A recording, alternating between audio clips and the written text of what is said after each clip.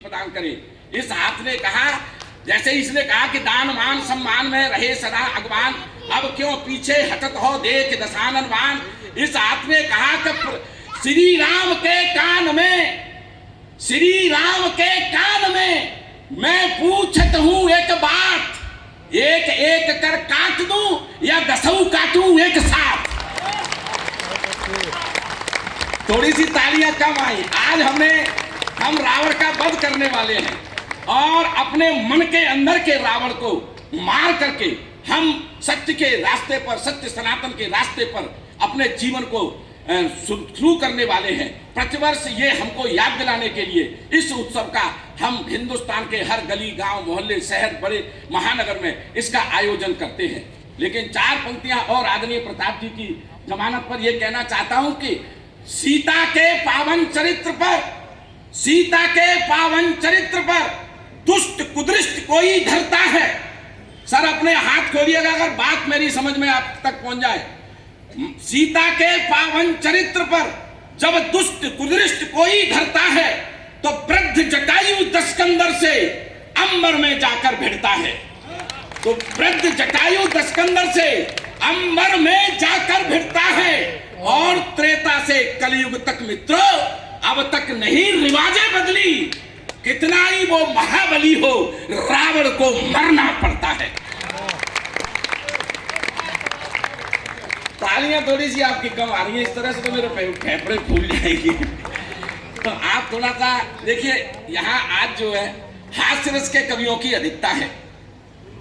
इधर ये प्रमोद पंकज जी जो पैरोडियां आपको सुनाने वाले हैं, ये संजय खत्री जी आपको खूब जी भर के हंसाने वाले हैं। सबरस मुरसानी जी तो हास्य का हिमालय हैं और प्रताप फौजदारी जी उसका एवरेस्ट हैं। वहीं रमेश मुस्कान की मीठी मीठी मुस्कानें आप साल भर तक याद रखने वाले हैं। तो कहीं आपको व्यंग की चुभन भी है। तो यहाँ दो नौजवान भूपेंद्र हिंदुस्तानी और मोहित सक्सेना वीर रस की कविता लेकर के बैठे हैं और ये कवित्रियां श्रृंगार रस की कविताएं। और एक बात बता देना चाहता हूं गुना के उन सुधी लोगों को कि कवि सम्मेलन जिंदा लोगों के लिए होते हैं। कवि सम्मेलन जिंदा लोगों के लिए होते हैं और जिंदा होने से तात्पर्य केवल मेरा इतना है कि जो व्यक्ति अपनी संस्कृति के लिए, जो लोग अपने संस्कारों के लिए, जो लोग अपने समाज के लिए, जो लोग अपने धर्म के लिए, जो लोग अपनी भाषा के लिए और जो लोग अपने देश के लिए जागरूक नहीं होते, वो किसी भी कीमत पर जिंदा नहीं होते। आप एक बार जिंदा दिली के साथ इस कवि सम्मेलन में अपना स्थान ग्रहण कर लीजिएगा। हिंदी हमारी खतरे में है, आप इसको बिल्कुल अन्यथा मत लीजिएगा मेरी इन बातों को।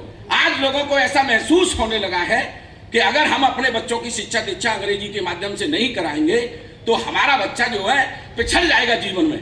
लेकिन मैं ये सिद्ध कर सकता हूं यहीं पर कि हिंदी इतनी रोजगार परक भाषा है जितनी अंग्रेजी नहीं हो सकती।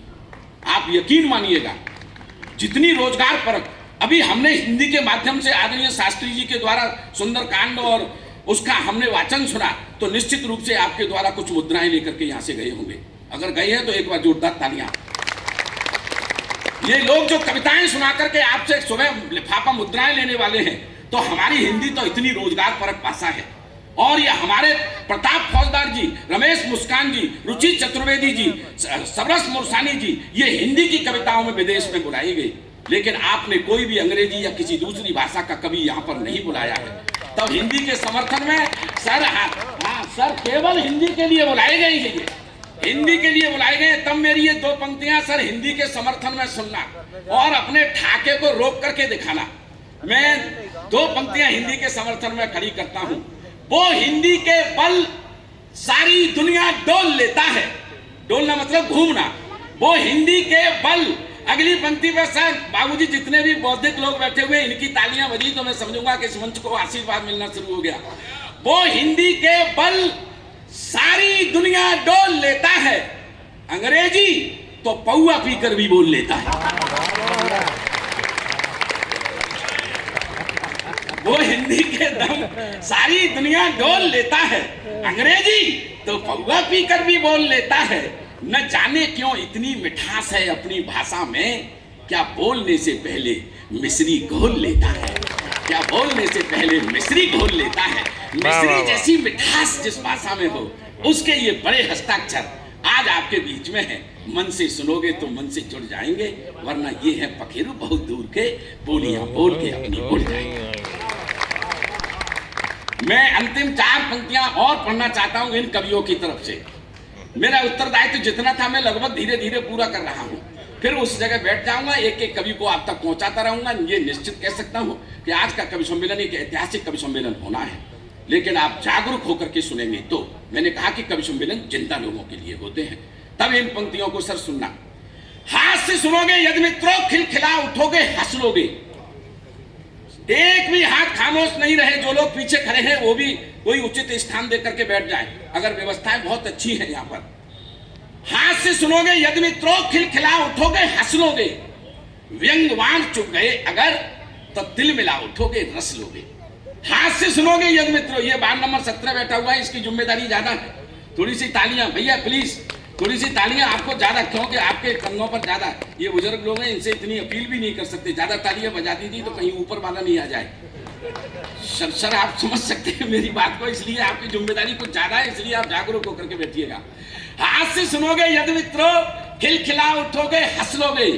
व्यंग्यवान चुप गए अगर, तो तिल मिला उठोगे, रस लोगे। श्रृंगार सुनोगे जब मित्रों, घर जा प्रिय को बाहों में कस लोगे। लेकिन जब वीर वधूटी के द्वारा तलवार उठाई जाएगी, अंगार मांग में भर करके एक आग लगाई जाएगी, जगेगा देश का स्वाभिमान, सब अपने आप हो जाएगा। इन कवियों की वाणी सुन श्रोता राणा प्रताप हो जाएगा। बहुत सुंदर, बहुत सुंदर। मेरे कहने का तात्पर्य यह है कि जिस रस की कविताएं आपके मध्य होने वाली हैं, उस रस में आप डूब जाएंगे। मैं चाहता हूं कि जीवन में तनाव बहुत है, हम इस कवि सम्मेलन को ठाकों के साथ शुरू करें।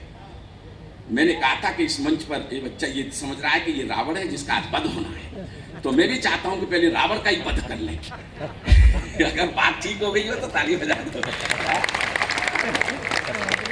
तो फिर उसके बाद में तो पूरा कार्यक्रम ठीक होगा ही। फिर तो राज तिलक होगा, अयोध्या में राम राज्य की स्थापना हो जाएगी। पहले रावण तो मरे। तो इधर ये जो आदमी बैठा हुआ है, इसको देख रहे हैं आप, बिल्कुल जो है जिसको कहा था मैंने कि ये अकाल इसी की वजह से पड़ा है।